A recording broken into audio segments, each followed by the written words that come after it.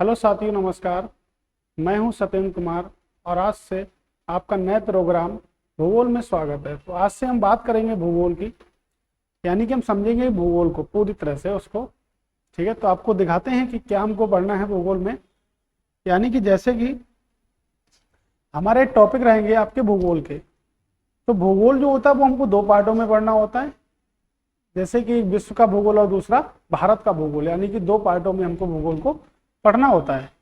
तो चलिए बात करते हैं टॉपिक की। ये हमारे टॉप 10 टॉपिक रहेंगे शुरुआत में, यानी कुल मिला के आपको हम 35 से लेके 36 टॉपिक पूरे भारत के भूगोल में पढ़ाएंगे। उसके बाद हम शुरुआत करेंगे विश्व का भूगोल की, लेकिन हम कुछ टॉपिक इसके पढ़ते हैं तो कुछ टॉपिक हम भूगोल के भी, विश्व के भूगोल के भी पढ़ेंगे। तो आपको दिखाते हैं कि भारत का भूगोल, भूगोल का सामान्य परिचय की बात अगर हम करते हैं तो इसमें से पहला टॉपिक है हमारा भारत की भौगोलिक स्थिति। क्योंकि पहले टॉपिक की अगर हम बात करेंगे तो पहला टॉपिक है हमारा भारत की भौगोलिक स्थिति, यानी कि भारत की हम भौगोलिक स्थिति के बारे में जानेंगे। भारत का अक्षांशीय विस्तार कितना है, भारत का देशांतरीय विस्तार कितना है, भारत की जलवायु कैसी है, ऐसे सब कुछ हम जानेंगे पूरी तरह से। हम बात करेंगे दूसरे टॉपिक की। दूसरा टॉपिक हमारा रहेगा कर्क रेखा, यानी कि हम कर्क रेखा के बारे में जानेंगे, कितने राज्यों से गुजरती है। क्योंकि भारत में कर्क रेखा भारत के मानचित्र को कितने भागों में विभाजित करती है, कितने डिग्री का एंगल बनाती है, ये हम टोटल कर्क रेखा के बारे में आपको बताएंगे। तीसरा है हमारा टॉपिक मानक समय, यानी कि स्टैंडर्ड टाइम, यानी कि भारत का मानक समय क्या एंगल से लिया जाता है, क्या उसका कोड होगा, कहाँ से लिया जाता है, कितने राज्यों से गुजरता है भारत का मानक समय। चौथा है हमारा सीमावर्ती देश, यानी कि जो हमारे बाउंड्री लाइन एरिया है, यानी कि भारत से कितने पड़ोसी देशों की सीमा लगती है, ये सब हम पढ़ेंगे। जैसे पाकिस्तान हो गया, अफगानिस्तान हो गया, भूटान हो गया, बांग्लादेश हो गया, म्यांमार हो गया, नेपाल हो गया, ये सब हम पढ़ेंगे यहाँ से। उसके बाद में हमारा जो पांचवा रहेगा वो रहेगा आपका कोस्टल प्रदेश, यानी कि भारत की तटीय रेखा कितने राज्यों से लगती है, कितने जिलों से लगती है, कितनी लंबाई है इसकी, इसके बारे में डिस्कशन करेंगे आपसे। उसके बाद में बात करेंगे बंगाल की खाड़ी में स्थित द्वीप, यानी कि बंगाल की खाड़ी में जितने भी स्थित द्वीप हैं उन सभी की चर्चा करेंगे हम। ऐसे ही हमारा टॉपिक है अरब सागर में स्थित द्वीप, यानी कि हम बात करते हैं बंगाल की खाड़ी को। तो अगर हम भारत के मैप को बना लेते हैं तो आपका अगर ए बंगाल की खाड़ी है, यानी कि भारत के जो 4 दिशाएं होती हैं हमारी, उत्तर, दक्षिण, पूर्व और पश्चिम, उसमें जो हमारी पूर्व दिशा में है बंगाल की खाड़ी है। अगर हम बात करेंगे इस टाइप पे तो पश्चिम दिशा में हमारा क्या है, अरब सागर है। तो अरब सागर में स्थित द्वीप और बंगाल की खाड़ी में स्थित द्वीप जितने भी हैं उन सभी की क्या करेंगे, चर्चा करेंगे। नेक्स्ट टॉपिक अगर हम देखते हैं तो अगला टॉपिक है हमारा दक्षिण भारत की पर्वत चोटियां, यानी कि हम बात करेंगे दक्षिण भारत की पर्वत चोटियां और भारत की पर्वत चोटियां। हमने आपके लिए स्पेशल टॉपिक रखा है माउंट एवरेस्ट, यानी कि माउंट एवरेस्ट की हम फुल जानकारी को प्राप्त करेंगे यहाँ से। और हमारा 10वां टॉपिक रहेगा वो रहेगा हमारा अफवाह तंत्र, यानी कि ड्रेनेज सिस्टम, जिसमें नदियों की चर्चा की जाएगी आपकी ओवरऑल। तो ये शुरुआत के हमारे 10 टॉपिक हो गए। टोटल हम 35 से 40 टॉपिक के बीच में पूरे ज्योग्राफी को कंप्लीट करने का प्रयास करेंगे। ठीक है, तो हम देखते हैं कि भौगोलिक स्थिति से पहले हम कुछ पॉइंट हैं उनको जान लेते हैं। जैसे अगर हम बात करें कि हमको किसी देश की स्थिति को जानना है, मान लेते हैं कि हमको किसी देश की स्थिति को जानना है, तो क्या हम 4 दिशाओं से जान सकते हैं या 4 दिशाओं के अलावा और भी दिशाएं आपकी होती है। बात करते हैं कि हमने पहले बना ली 4 दिशाएं, यानी कि हम इसमें बोल सकते हैं ये आपकी उत्तर है, यानी कि जिसको हम बोल सकते हैं उत्तर। इधर हम बोल सकते हैं दक्षिण, इधर पूर्व और इधर आपका पश्चिम। तो 4 दिशाएं हमारी हो गई। अगर हम इसको शॉर्टकट में बोलेंगे तो इसको हम वेस्ट बोल सकते हैं, यानी कि डब्ल्यू से इसको बोल सकते हैं। इसको हम ईस्ट बोल सकते हैं, यानी कि ई से लिख सकते हैं हम इसको एस से लिख सकते हैं, यानी कि साउथ। ये आपकी हो गई नॉर्थ, यानी कि इसको हम नॉर्थ लिख सकते हैं। मैंने आपको बताया कि किसी भी स्थिति, यानी किसी भी राज्य की स्थिति, किसी भी देश की स्थिति को हम 4 दिशाओं से ज्ञात नहीं कर सकते हैं। हमें ज्ञात करने के लिए उसमें आपकी 8 दिशाओं की आवश्यकता होगी। यानी कि एक दिशा हम यहां से खींचेंगे,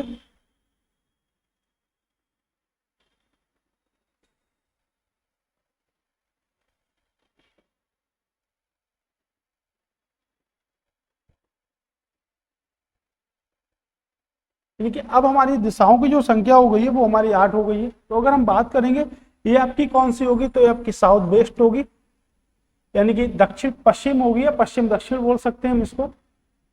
इसको हम साउथ ईस्ट बोल सकते हैं, इसको हम नॉर्थ ईस्ट बोल सकते हैं, और इसको हम बोल सकते हैं नॉर्थ वेस्ट, यानी कि उत्तर और पश्चिम। यानी किसी भी देश की स्थिति का आकलन करने के लिए हमको 8 दिशाओं की आवश्यकता होती है। किसी भी राज्य हो गया, किसी भी देश हो गया, या विश्व में इतने सारे देश हैं, तो सभी देशों को अगर हमको उसकी स्थिति को ज्ञात करना है तो ओवरऑल हमको 8 दिशाओं की जानकारी हमको होनी चाहिए। यानी कि हमारे जो मानचित्र में होती है वो क्या होती, 8 दिशाएं होती। हम बात कर लेते हैं कि भारत का मानचित्र है और एक विश्व का मानचित्र है। यानी कि भारत के मानचित्र को 2 भागों में आपकी कर्क रेखा काट रही है, और विश्व के मानचित्र के मध्य में से जो रेखा गुजर रही है उसको हम विषुवत रेखा या भूमध्य रेखा कहते हैं, यानी कि मेडिटेरियन लाइन उसको कहा जाता है।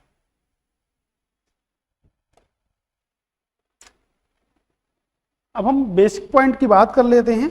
बेसिक पॉइंट है हमारा कि भूगोल शब्द, यानी कि भूगोल क्या है, तो शब्द जो है वो 2 शब्दों से मिलकर बना है। भू यानी कि भू का मतलब है आपकी पृथ्वी, और गोल मतलब है उसके गोल आकार से, यानी कि पृथ्वी का जो आकार है वो क्या है, गोल टाइप्स का है, यानी कि गोल आकार है पृथ्वी का।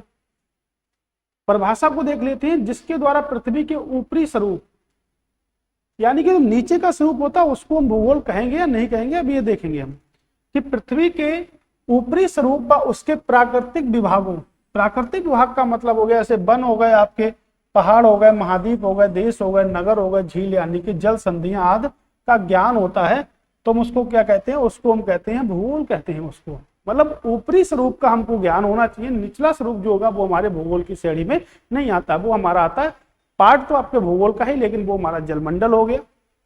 ओके, भूगोल को विश्व अनुशासन व मानव और भौमिक विज्ञान के बीच का पुल कहा जाता है। यानी कि विश्व का जो भूगोल है वो मानव और जो भौतिक विज्ञान है उसका क्या कहते हैं, भौमिक विज्ञान, उसका हम क्या कहते हैं, बीच का क्या कहते हैं, उसको पुल कहते हैं। अगर हम बात करते हैं कि भूगोल के जो पिता हैं उनको हम क्या कहते हैं, तो भूगोल के पिता को हम हिकेटियस के नाम से जानते हैं।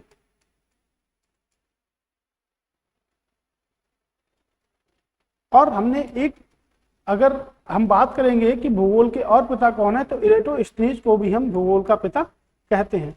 इरेटोस्थनीज को भी हम भूगोल का पिता कहते हैं। बट यहाँ पे कंफ्यूजन ये होता है स्टूडेंट को कि भूगोल का पिता अगर हिकेटियस को कहते हैं तो हेरोडोटस कौन है। तो आपको बताते कि हेरोडोटस आपके भारतीय इतिहास के पिता कहे जाते हैं।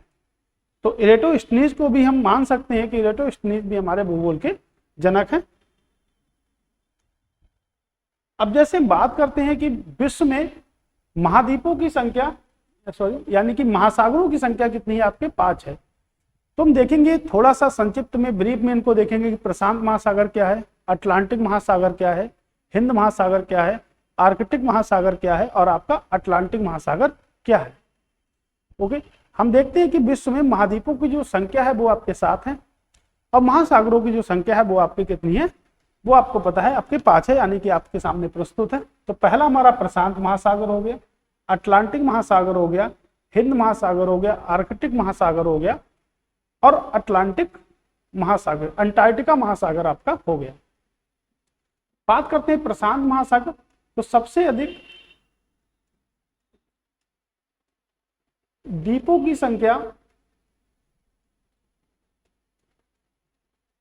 प्रशांत महासागर में पाई जाती है।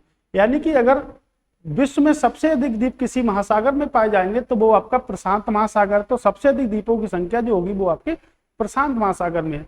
तो प्रशांत महासागर जो है आपके वो आर्कटिक और अंटार्कटिका के बीच में, यानी कि इसके उत्तर में क्या है आपके आर्कटिक सागर है, और दक्षिण में क्या है आपके अटलांटिक सागर है।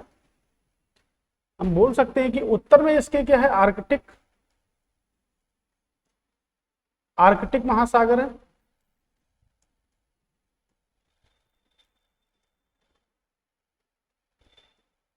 और दक्षिण में इसके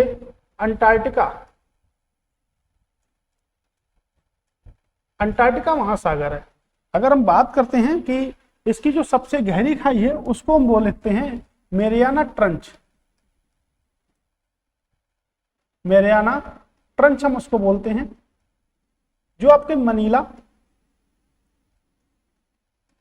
फिलीपींस में स्थित है।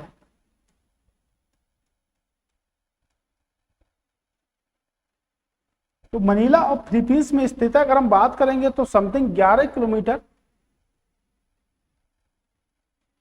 11.2 किलोमीटर आपकी जो तल है समुद्र का, यानी कि हम ऊपर से अगर देखेंगे स्थल मंडल के नीचे का सबसे बिंदु देखेंगे तो आपका मेरियाना ट्रंच है, जो 11.2 किलोमीटर है ओवरऑल।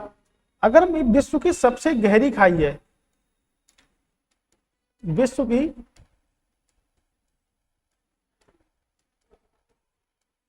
सबसे गहरी खाई है,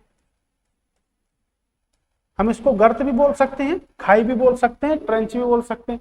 अगर हम बात करेंगे कि विश्व की सबसे गहरी खाई और विश्व का सबसे उच्चतम बिंदु, जो हमारा नया 9 टॉपिक था यानी कि माउंट एवरेस्ट, थोड़ी सी अगर हम उसकी बात कर लेते हैं तो विश्व का सबसे ऊंचा जो बिंदु है वो आपका है माउंट एवरेस्ट।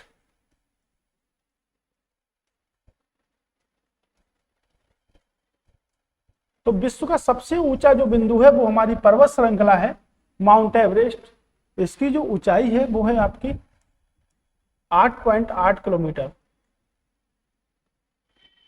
तो अगर हम इसके बीच का डिस्टेंस को कवर करते हैं, यानी कि अगर हम इसके बीच का डिस्टेंस देखते हैं कि नीचे सबसे निचली परत यानी कि सबसे निचला बिंदु और सबसे ऊंचे बिंदु की अगर हम बात करते हैं तो हमारा बीच का डिस्टेंस जो कवर होता है वो आपका 20 किलोमीटर का कवर होता है। जैसे हम जोड़ सकते हैं कि 11.2 और 8.8, तो अगर हम प्लस करते हैं तो इनके जो बीच का डिफरेंस होता है वो कितना होता है 20 किलोमीटर। यानी कि सबसे नीचा बिंदु और सबसे ऊंचाई पर स्थित बिंदु जो हमारा होता है उसका जो डिफरेंस है वो कितना है आपका 20 किलोमीटर का डिफरेंस हमारा आता है। आप देख लीजिएगा।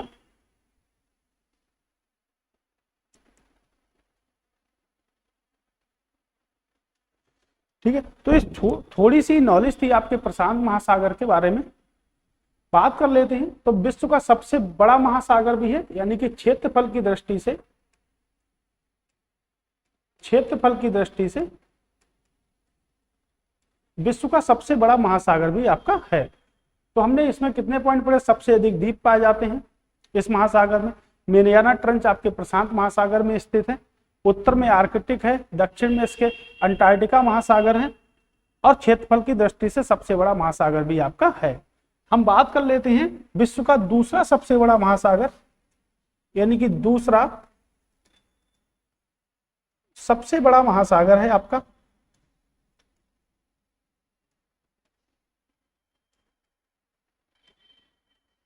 दूसरा सबसे बड़ा महासागर है हमारा।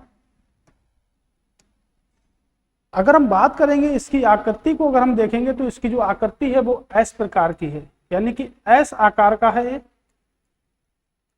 आपका। और इसका जो सबसे गहरा बिंदु है वो है प्लूटो रिका ट्रेंच। अटलांटिक महासागर का सबसे गहरा बिंदु है आपका, जैसे प्रशांत महासागर का सबसे गहरा बिंदु है आपका मेरियाना ट्रंच।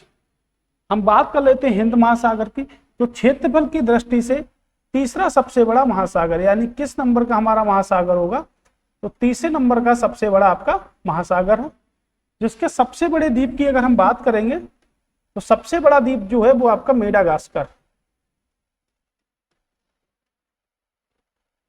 तो मेडागास्कर द्वीप जो है वो आपके हिंद महासागर का सबसे बड़ा द्वीप है।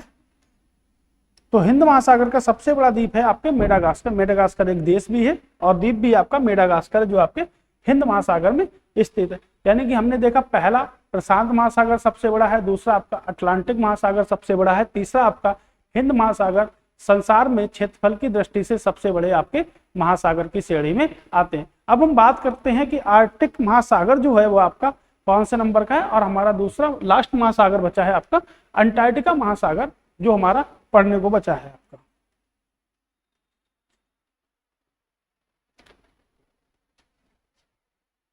समझ लेते हैं यहीं पे आर्कटिक महासागर के बारे में। तो आर्कटिक महासागर में एक विश्व की सबसे लंबी नदी है एनेजी रिवर। तो एनेजी रिवर विश्व की 5वीं सबसे लंबी नदी है, जो आर्कटिक महासागर में गिरने वाली सबसे लंबी नदी है। ध्यान दीजिए, आप फिर से सुनिएगा कि एनेजी नदी जो है वे विश्व की सबसे लंबी 5वीं नदी है, जो आर्कटिक महासागर में गिरने वाली सबसे लंबी नदी है। अगर हम बात करेंगे, इसकी एक सहायक नदी है जिसको हम कहते हैं सेलेंज नदी। तो इसकी सहायक नदी है सेलेंज नदी, जो आपके बैकाल झील पर है। किस झील पर है? बैकाल झील पर है। अगर बात हम कर लेते हैं बैकाल झील की, तो बैकाल झील जो है वो रूस और मंगोलिया के साथ अपनी सीमा को बनाती है। तो बैकाल झील के पे ही आपकी सेलेंज नदी स्थित है, यानी कि आर्कटिक जो महासागर है, ये महासागर आपकी एनेजी रिवर पर है, जो विश्व की सबसे लंबी 5 नदियों में से आपकी एक है। ओके, और ये आपकी आर्कटिक महासागर में गिरने वाली सबसे लंबी नदी की श्रेणी में आती है। अंटार्कटिका की बात करेंगे तो इसे दक्षिण चीन सागर के नाम से जानते हैं। दक्षिण चीन सागर के नाम से हम इसको जानते हैं। तो हमने थोड़ा सा ब्रीफ में पढ़ा, हम वर्ल्ड ज्योग्राफी में फिर से आपके पूरे डिटेल में पढ़ेंगे। प्रशांत महासागर हो गया, आपका अटलांटिक महासागर हो गया, हिंद महासागर हो गया, आर्कटिक महासागर हो गया और अंटार्कटिका महासागर हो गया। 5 महासागर को हम फिर डिटेल में पढ़ेंगे। अभी हमने थोड़ा ब्रीफ में समझा इनको। अब हमारा नेक्स्ट जो खुल रहा है वो आपका महाद्वीप आ रहा है। तो महाद्वीप क्या है? जैसे आपके एशिया लिखा हुआ है तो इसके सामने आपका 48 लिखा है, यानी कि एशिया महाद्वीप हमारे विश्व में जो महाद्वीप हैं, तो विश्व में महाद्वीपों की जो संख्या है वो आपके है 7 मिला के। यानी कि सबसे छोटे अगर महाद्वीप की बात करेंगे, सबसे छोटा महाद्वीप, तो सबसे छोटा जो हमारा महाद्वीप है वो आपका ऑस्ट्रेलिया महाद्वीप सबसे छोटा महाद्वीप है। अगर हम सबसे बड़े महाद्वीप की बात करेंगे,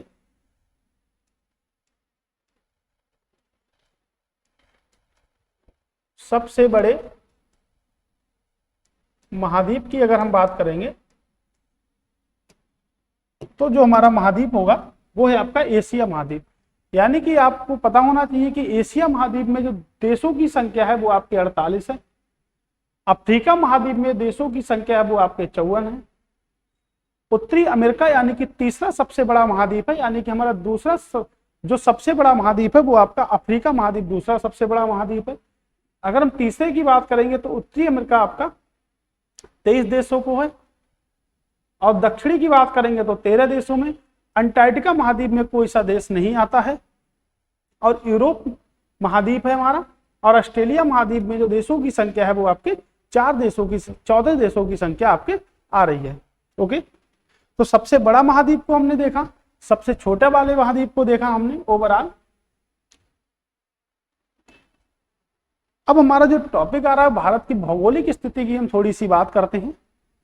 ओके, ठीक है, तो सबसे बड़े महाद्वीप की बात हमने कर ली और सबसे छोटे महाद्वीप की हमने बात कर ली है। ओके, अब जो हम बात करेंगे, तो अब हम बात करेंगे नेक्स्ट हमारा खुल के आ रहा है विश्व, देश और राज्य। यानी कि आप एक बात समझ लीजिएगा कि अगर हमें अपने भारत की तुलना करनी होगी तो भारत की तुलना हम 2 जगह से कर सकते हैं। यानी भारत की अगर हम तुलना करेंगे तो हम विश्व से करेंगे। अब भारत में 28 राज्य हैं और 8 केंद्र शासित प्रदेश हैं, तो हम राज्यों की तुलना किससे करेंगे? भारत से करेंगे। यानी कि समझेंगे हम अभी थोड़ा थोड़ा। उससे पहले हमें देखना है कि भारत की स्थिति आखिर है क्या।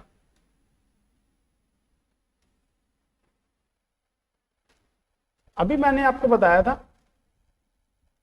कि 4 दिशाएं हमारे पास में होती हैं और 8 दिशाओं को हम बना सकते हैं। यानी कि अगर हम बात करते हैं कि ये हमारा उत्तर पॉइंट है, ये दक्षिण पॉइंट है, ये आपका पूरब पॉइंट है और ये आपका पश्चिम पॉइंट है। अगर हम पश्चिम पॉइंट की बात करेंगे तो पश्चिम की ओर, जो पश्चिम की ओर सबसे अंतिम बिंदु है उसको हम कहते हैं गौर मोता, जो आपके गुजरात राज्य में स्थित है। जो आपके गुजरात राज्य में स्थित है। अगर पूछा जाता है कि भारत का सबसे पश्चिमी बिंदु या पश्चिम बिंदु कौन सा है, तो आपका गौरमोता, जो आपके किस राज्य में है, आपके गुजरात में स्थित है।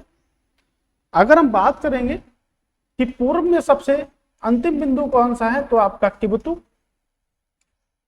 जो आपके अरुणाचल प्रदेश में स्थित है।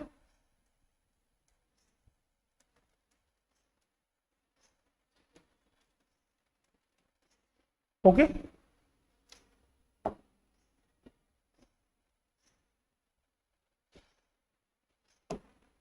तो हमने देखा कि हमने दो दिशाओं को देख लिया। अगर हम बात करेंगे कि सबसे उत्तर बिंदु कौन सा है, तो सबसे उत्तर बिंदु आपका इंद्राकौल है।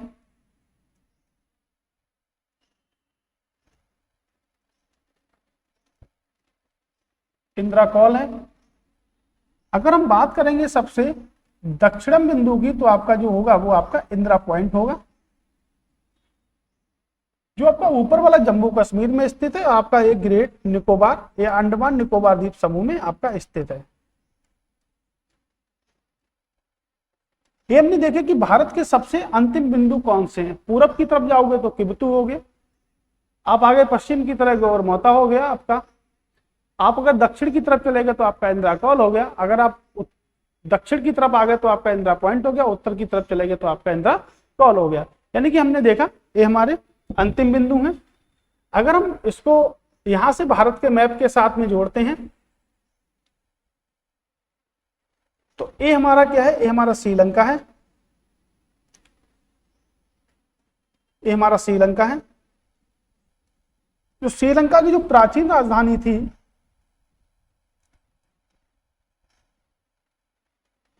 अगर हम बात करेंगे श्रीलंका की प्राचीन राजधानी क्या थी, तो श्रीलंका की प्राचीन राजधानी जो थी वो थी अनुराधापुर। यानी कि अनुराधापुर श्रीलंका की प्राचीन राजधानी थी। और श्रीलंका को पुराने समय में सीलेन के नाम से जानते थे। तो पुराने समय में हम इसको सीलेन के नाम से जानते थे। अगर हम और बात करते हैं तो आपका ये जो हमारा तटीय क्षेत्र यहां से मिलता है, ये जो हमारा यहां से तटीय क्षेत्र जो हमारे साथ में यहां से आता है, तो यहां से आपका श्रीलंका के लिए पॉइंट को निकालते हैं। तो जहां से आपका शुरू होता है राम सेतु, जिसको हम बोलते हैं आदम ब्रिज। क्या नाम देते हैं आज की डेट में हम उसको? आदम ब्रिज नाम देते हैं। तो आदम ब्रिज जो आपका है वो आपके तमिलनाडु में है। यानी कि वो तमिलनाडु का एक प्लेस है जिसको हम कहते हैं धनुषकोडी। तो वो धनुषकोडी से निकलता है। यानी कि जो हमारा आदम ब्रिज है वो आपके धनुषकोडी से शुरू होता है। तो श्रीलंका की जो वर्तमान समय में जो राजधानी है वो है आपकी जयवर्धनेपुरम। प्राचीन राजधानी थी अनुराधापुर, और जिस श्रीलंका को हम कहते हैं सीलेन। अगर हम बात करेंगे तो ये जो एरिया हमारा आ रहा है यहाँ से, ये टोटल एरिया हमारा हिंद महासागर का आ रहा है। यानी कि हिंद ओशियन की अगर हम बात करेंगे तो ये एरिया हमारा है। और हिंद महासागर क्षेत्रफल की दृष्टि से तीसरा सबसे बड़ा महासागर है, जिसका प्राचीन नाम है रत्नाकर। अगर हम बात करेंगे तो इस साइड में हमारा बे ऑफ बंगाल है, यानी कि बंगाल की खाड़ी है। और इस साइड में अगर हम बात करेंगे तो ये हमारा अरब सागर है। तो कुछ नदियां हमारी हैं भारत में, यानी कि हमारा 10वां टॉपिक था अफवातन। तो कुछ नदियां हैं जो बंगाल की खाड़ी में गिरती हैं, और कुछ नदियां हैं जो आपकी अरब सागर में गिरती है। जैसे नर्मदा और ताप्ती। नर्मदा और ताप्ती दो ऐसी नदियां हैं जो ऐश्वरी डेल्टा ना बनाकर ऐश्वरी का निर्माण करती हैं। तो नर्मदा और ताप्ती जो है वो आपकी कहाँ गिरती हैं? अरब सागर में गिरती हैं। यानी कि ये क्या बनाती है? आपके ऐश्वरी का निर्माण करती हैं। तो ये आपकी ऐश्वरी का निर्माण करती हैं। और जो नदियां बंगाल की खाड़ी में गिरती हैं, ज्यादातर नदियां जो नदियां बंगाल की खाड़ी में गिरती हैं वो निर्माण करती हैं आपके डेल्टा का। यानी कि बंगाल की खाड़ी में जो नदियां गिरेंगी वो आपका निर्माण करेंगी डेल्टा का। तो हमारी भौगोलिक स्थिति के बारे में हम जान रहे हैं इस टॉपिक में। अगर हम बात करते हैं तो भारत की जो तटीय रेखा है वो 9 राज्यों से यहां से गुजरती है। यानी कि जो क्षेत्र हमारा आता है ये तटीय रेखा का ही क्षेत्र आ रहा है आपका ओवरऑल। अगर हम बात करेंगे कि हमारा ए पॉइंट है आपका नॉर्थ, और ए पॉइंट है आपका साउथ, ए है आपका ईस्ट, और ए है आपका वेस्ट। सॉरी,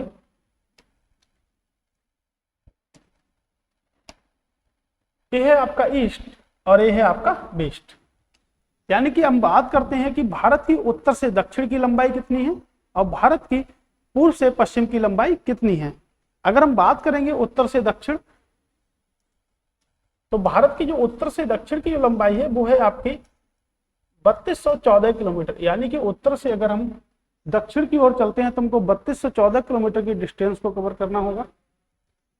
और अगर हम पूर्व से पश्चिम की ओर चलते हैं तो हमको डिस्टेंस जो कवर करनी होगी वो आपकी 2933 किलोमीटर की डिस्टेंस को कवर करना होगा।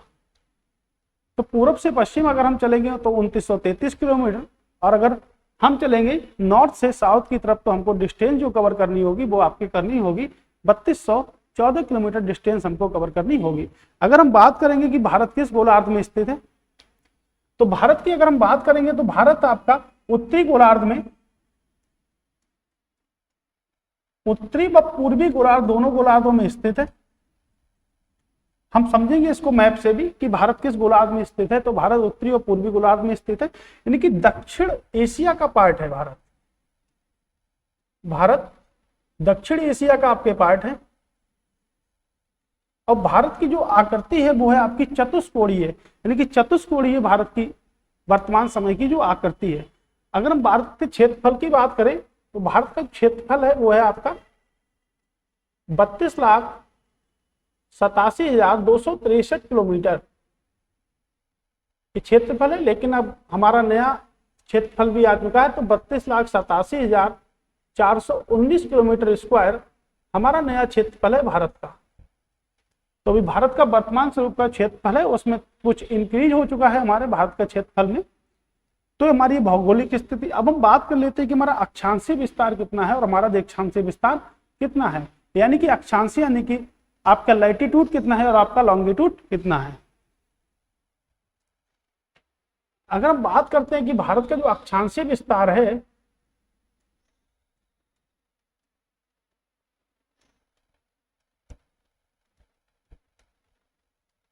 तो भारत के अक्षांशीय विस्तार की बात कर लेते हैं। तो भारत का जो अक्षांशीय विस्तार है वो है आपका 8 डिग्री 4 मिनट से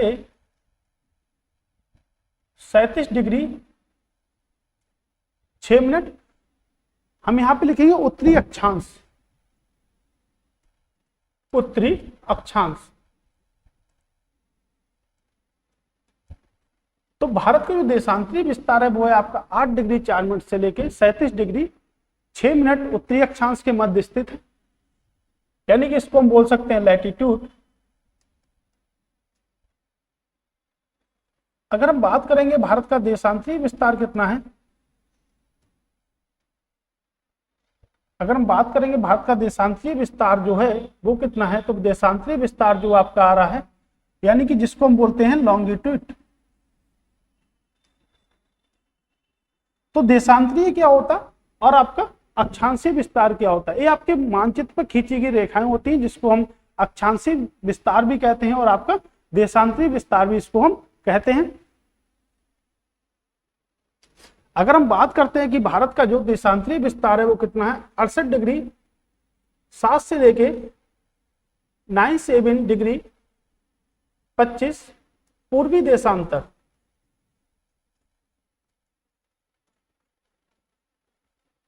पूर्वी देशांतर।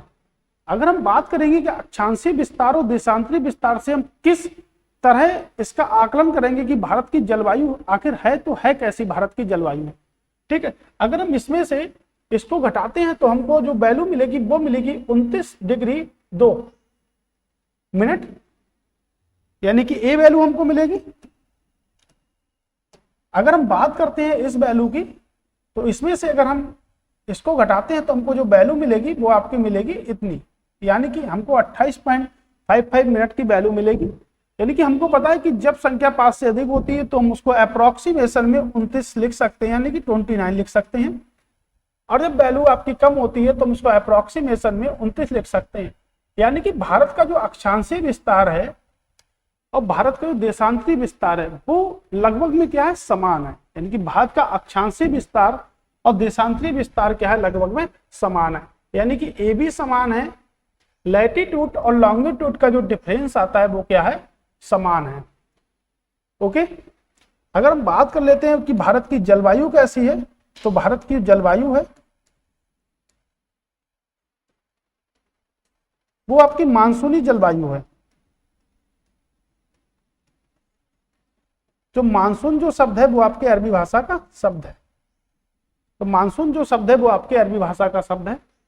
ओके, तो अक्षांशीय विस्तार देशांतरीय विस्तार को हमने देखा यहां से, यानी कि हमने जो देखा कि ओवरऑल अगर हम बात करेंगे कि हमारा देशांतरीय अक्षांशीय विस्तार कितना है तो 29.2, अगर हम बात करेंगे देशांतरीय विस्तार कितना है तो आपका 28.55 आपका देशांतरीय विस्तार, यानी कि लैटिट्यूड और लॉन्गिट्यूड, यानी कि जो हमारा अंतर है लैटिट्यूड और लॉन्गिट्यूड का वो क्या होता है आपका सेम टू सेम हमारा अंतर होता है। इसीलिए भारत की जलवायु जो है वो आपकी कैसी है, मानसूनी जलवायु है हमारी भारत की।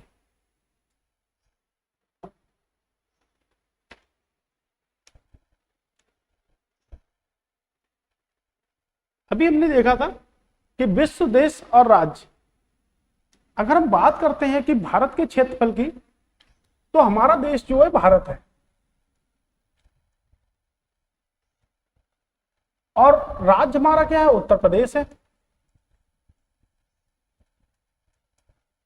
और भारत का जो उल्लेख किया गया है, भारत बता रहा है कि भारत में 28 राज्य और 8 केंद्र शासित प्रदेश है, यानी कि भारतीय संविधान का हमारा जो आर्टिकल नंबर 1 है वो हमको बताता है कि भारत क्या है, राज्यों का संघ है, यानी कि अनुच्छेद 1 राज्यों के संघ की चर्चा करता है, यानी कि यूनियन ऑफ स्टेट आपका क्या है, भारत है। तो हम समझते हैं कि हम क्या करेंगे इसमें। तो अगर हम बात करते हैं कि क्षेत्रफल, पहला पॉइंट अगर हम लेते हैं कि क्षेत्रफल क्या है, तो जो विश्व का जो क्षेत्रफल है वो आपका है 510 मिलियन किलोमीटर स्क्वायर,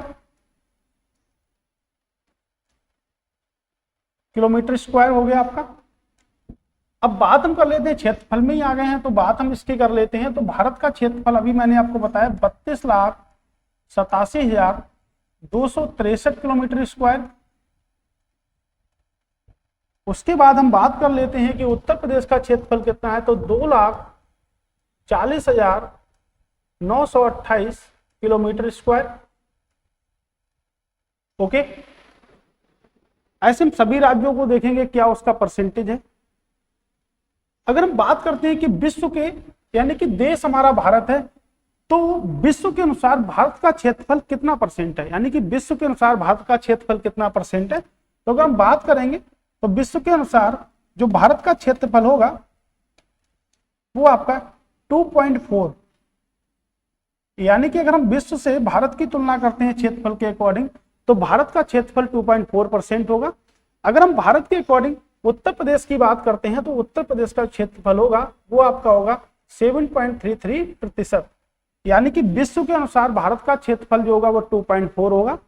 और अगर हम बात करेंगे कि भारत के अनुसार उत्तर प्रदेश का क्षेत्रफल कितना होगा तो 7.33% आपका क्षेत्रफल होगा। अब यहीं पे हम बात कर लेते हैं कि सबसे ज्यादा क्षेत्रफल आखिर किस राज्य का है। अगर हम बात करते हैं कि सबसे ज्यादा क्षेत्रफल जो है किस राज्य का है और ओवरऑल का प्रतिशत क्या बैठता है हमारे उसमें, तो अगर हम बात करेंगे कि सबसे ज्यादा क्षेत्रफल है वो आपके राजस्थान राज्य का है,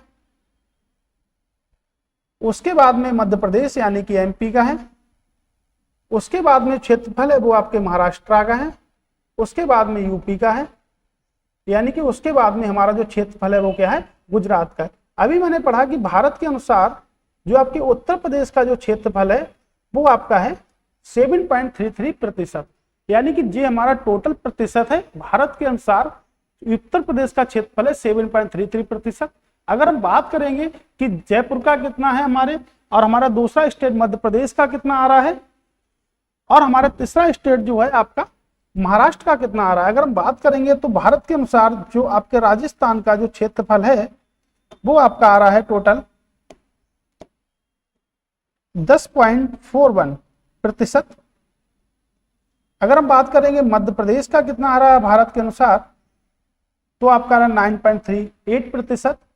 अगर महाराष्ट्र की बात करेंगे तो महाराष्ट्र के अनुसार जो क्षेत्रफल हमारा आ रहा है वो आपका आ रहा है 9.36%, यानी कि हमारी क्षेत्रफल की चर्चा रही है कि भारत में सबसे ज्यादा क्षेत्रफल आपका राजस्थान है। तो भारत के अनुसार राजस्थान का क्षेत्रफल कितना प्रतिशत है।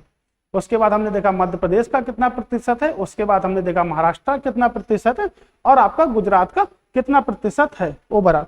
अगर हम बात करते हैं तो उसके बाद में आपका कर्नाटक भी आ जाएगा। यानी कि अगर हम टॉप 5 की बात करते हैं तो पांचवा जो क्षेत्रफल है वो आपके किसका है, आपके गुजरात का है। तो हमने क्षेत्रफल की डिटेल यहाँ पे आपके साथ शेयर की है। अगर हम बात करेंगे सबसे कम क्षेत्रफल किसका है तो आपके गोवा का हो गया। और गोवा की अगर हम बात करेंगे, गोवा के बाद की, तो उसके बाद आपका जो क्षेत्रफल हो गया वो आपके सिक्किम राज्य का क्षेत्रफल हो गया। ओके, तो सबसे कम जो क्षेत्रफल है वो हमारे गोवा राज्य का है। और अगर केंद्र शासित प्रदेश की हम बात करेंगे तो सबसे कम क्षेत्रफल केंद्र शासित प्रदेश में है आपके लक्षद्वीप का। तो लक्षद्वीप का केंद्र शासित प्रदेश में सबसे कम क्षेत्रफल है। अब हम समझ लेते हैं कि जनसंख्या का परसेंटेज भारत में क्या है विश्व के अनुसार, और उत्तर प्रदेश में विश्व के अनुसार जनसंख्या का प्रतिशत क्या है। तो अगर हम बात करते हैं यहीं से कि भारत के अनुसार, तो विश्व में टोटल जो जनसंख्या है वो है आपकी 7.8 अरब। क्योंकि हम लिख लेते हैं यहां से कि विश्व हो गया आपका, भारत हो गया और आपका राज्य हो गया। यानी कि हम यूपी में रहते हैं, राजस्थान में रहते हैं, गुजरात में रहते हैं, आप जहां भी रहते हो वहां का आपका पता होना चाहिए। अगर हम बात करते हैं तो जो आपकी विश्व की जनसंख्या है वो आपकी है 7.8 अरब, आपकी ओवरऑल जनसंख्या है पूरे विश्व में। अगर हम बात करेंगे कि विश्व के अनुसार भारत की जनसंख्या कितने प्रतिशत है, तो विश्व के अनुसार जो भारत की जनसंख्या का जो प्रतिशत है वो है हमारा 17.5। यानी कि विश्व के अनुसार भारत की जनसंख्या जो है वो आपकी है 17.5।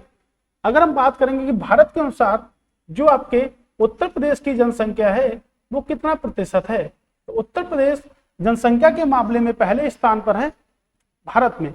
लेकिन उत्तर प्रदेश की जो जनसंख्या है भारत के अनुसार 16.5% जनसंख्या भारत के अनुसार उत्तर प्रदेश में निवास करती है, बाकी जो बची हुई जनसंख्या है वो अन्य राज्यों में निवास करती है। तो भारत में उत्तर प्रदेश सबसे अधिक जनसंख्या वाला क्या है, राज्य है आपका। आपको मैंने बता दिया कि भारत में 28 राज्य और 8 केंद्र शासित प्रदेश हैं आपके ओवरऑल, तो उसमें सबसे जनसंख्या वाला जो प्रदेश है वो आपका क्या है, उत्तर प्रदेश है। बात हम जनसंख्या की कर रहे थे, तो जनसंख्या दिवस की अगर हम बात करेंगे कि विश्व जनसंख्या दिवस कब मनाते हैं, तो विश्व जनसंख्या दिवस हम मनाते हैं 11 जुलाई को। विश्व जनसंख्या दिवस मनाते हैं हम 11 जुलाई को। और जनसंख्या के हम स्टडी को क्या कहते हैं, यानी जनसंख्या के अध्ययन को हम क्या कहते हैं, तो जनसंख्या के अध्ययन को हम कहते हैं डेमोग्राफी। तो स्टडी ऑफ पॉपुलेशन, तो जनसंख्या का अध्ययन कहलाता है आपका डेमोग्राफी। और विश्व जनसंख्या दिवस हम मनाते हैं 11 जुलाई को, विश्व जनसंख्या दिवस हम मनाते हैं। ये हमारी भौगोलिक स्थिति के कुछ पॉइंट थे।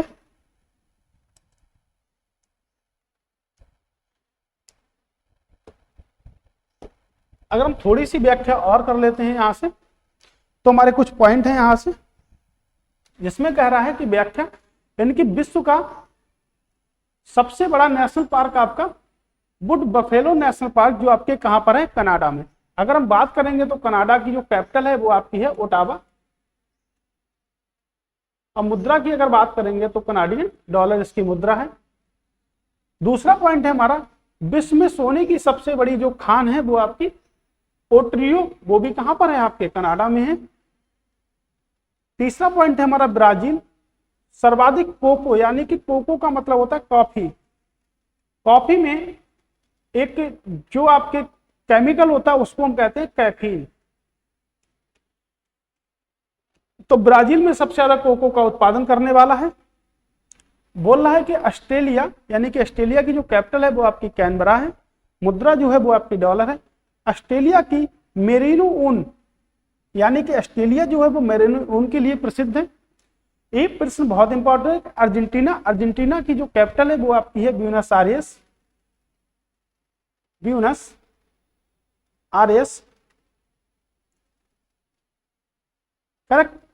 अर्जेंटीना में स्थित घास के मैदानों को किस नाम से जानते हैं?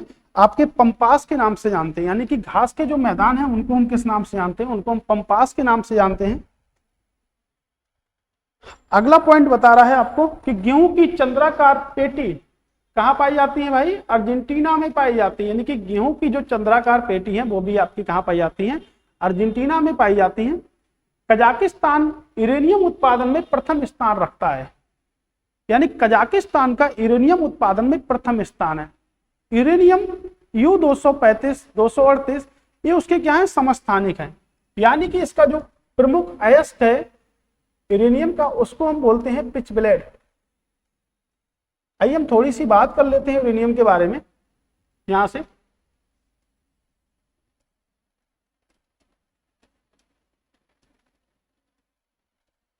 तो यूरेनियम जो होता है हमारा 92U-238, इसके कई सारे समस्थानिक होते हैं। 238 होता है, 235 होता है आपका। समस्थानिक होते हैं, सो समस्थानिक वह होते हैं जिनके परमाणु क्रमांक समान होते हैं और परमाणु भार क्या होते हैं? भिन्न भिन्न होते हैं। यानी कि जिनका एटॉमिक नंबर समान होता है, एटॉमिक वेट भिन्न भिन्न होते हैं, उनको हम कहते हैं आपके समस्थानिक की श्रेणी। यानी कि उनको हम कहते हैं आइसोटोप्स कहा जाता है उनको। यानी कि अगर हम बात करेंगे तो यूरेनियम जो है आपका सबसे ज्यादा कजाकिस्तान में होता है आपका। दूसरे नंबर पे आपका कनाडा में होता है उत्पादन, और तीसरे नंबर पे आपके ऑस्ट्रेलिया में उत्पादित होता है। अगर हम भारत में बात करेंगे तो भारत की जादूगोड़ा की खानें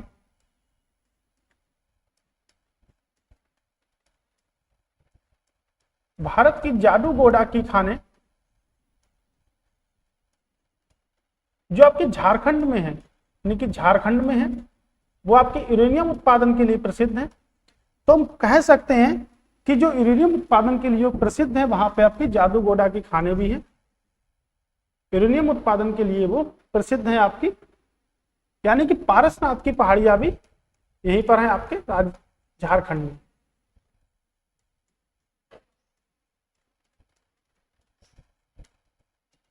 तो 92U-238 की अगर हम बात करेंगे तो इसे हम यूरेनियम को कहते हैं पीला केक।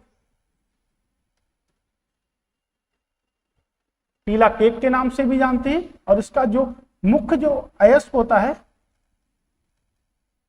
उसको हम कहते हैं पिच ब्लेड। पिच ब्लेड इसका प्रमुख अयस्क होता है, जिसका जो आपका फार्मूला होता है वो होता है U3O8। तो पिच ब्लेड इसका प्रमुख अयस्क होता है आपका, यानी कि यूरेनियम का। तो यूरेनियम का उत्पादन जो होता है वो आपके कजाकिस्तान, कनाडा और ऑस्ट्रेलिया में सबसे ज्यादा होता है। भारत में जादूगोड़ा की खाने यूरेनियम के लिए प्रसिद्ध है। आपके उत्तर प्रदेश में भी यूरेनियम होता है। तो उत्तर प्रदेश के ललितपुर जिले में यूरेनियम का उत्पादन होता है। ओके, तो हमने देखा कि पीला केक भी इसको हम कहते हैं, और उत्तर प्रदेश के ललितपुर जिले में यूरेनियम का क्या होता है? उत्पादन होता है।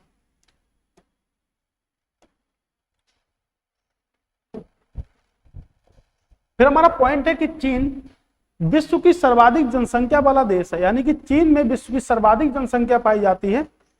तो उसके बाद जो जनसंख्या पाई जाती है वो आपकी सबसे ज्यादा चीन में, फिर भारत में, फिर इंडोनेशिया में, यूएसए में, फिर आपके इंडोनेशिया में, फिर पाकिस्तान में। इंडोनेशिया की जो जनसंख्या है वो है आपकी 19.5 करोड़ अप्रॉक्स। लेकिन हम अगर उत्तर प्रदेश राज्य की बात करते हैं तो उत्तर प्रदेश की जो जनसंख्या है वो आपकी है 22 करोड़। अगर हम उत्तर प्रदेश को एक देश की कैटेगरी में रखते हैं तो जनसंख्या के मामले में उत्तर प्रदेश जो आपका चौथे स्थान पर आ रहा है यहाँ पे। यानी कि अगर हम इंडोनेशिया की जगह पे उत्तर प्रदेश को अगर हम यहाँ पे सिलेक्ट करते हैं तो उत्तर प्रदेश राज्य होते हुए भी जनसंख्या के मामले में चौथे स्थान पर आता है। यानी कि सबसे ज्यादा जनसंख्या, यानी कि पार्ट किसका? उत्तर प्रदेश, भारत का पार्ट है। उसके बाद ब्राजील में जनसंख्या है, फिर नाइजीरिया में है, फिर आपके बांग्लादेश में है, फिर आपके रूस में है। आप देखिए रूस जो है वो क्षेत्रफल के हिसाब से सबसे ज्यादा है। यानी कि रूस का क्षेत्रफल सबसे ज्यादा है, फिर कनाडा का क्षेत्रफल हमारे आता है, फिर यूएसए का क्षेत्रफल आता है। लेकिन जनसंख्या के मामले में रूस जो है वो आपके पहले पायदान पे नहीं है, वो आपके 9वें पायदान पर है। यानी कि देखिएगा 1 2 3 4 5 6 7 8 9, यानी कि रूस जो है वो आपके 9वें पायदान पे है जनसंख्या के मामले में।